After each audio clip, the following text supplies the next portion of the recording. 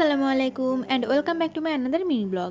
তো আজ হঠাৎ করে আমার বেস্টি আমাকে কল করে বলছে চল একটু ঘুরতে যাই। তো যেমন কথা তেমন কাজ, আমিও এখানে একটু রেডি হয়ে নিচ্ছি যাওয়ার জন্য। আর এই যে আমি রেডিও হয়ে গেছি, তো তারপরে আমি চলে গিয়েছিলাম রুমিয়াদের বাড়ি। ওখান থেকে আমরা সবাই একসাথে হয়ে গিয়েছিলাম মালদ্বীপে।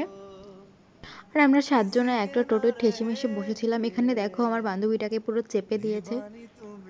আর এই যে চলেও এসেছি আমরা। আমার না এই জায়গাটা এত ভাল লাগে, একটা পিসফুল প্লেস এটা আমার কাছে। মানে আমার খুবই ভাল লাগে এই মালদ্বীপ জায়গাটা।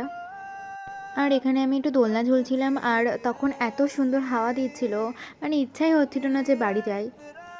তো তারপরে আমরা সবাই একটু ফুচকা খেয়ে নিয়েছিলাম, শুধু তো বসে থাকলে হবে না, আর ফুচকাটা খেতেও দারুণ ছিল।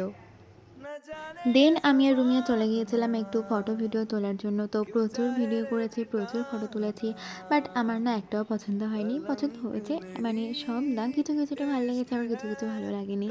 আর এখানে আমরা বাচ্চাদের মতো কি করছি আমি জানি না।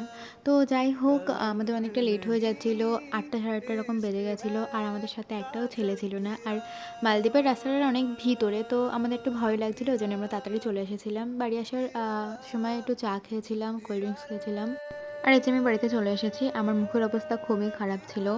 তো চলো আবার দেখা হবে অন্য কোনো ভিডিওতে। তো টাটা।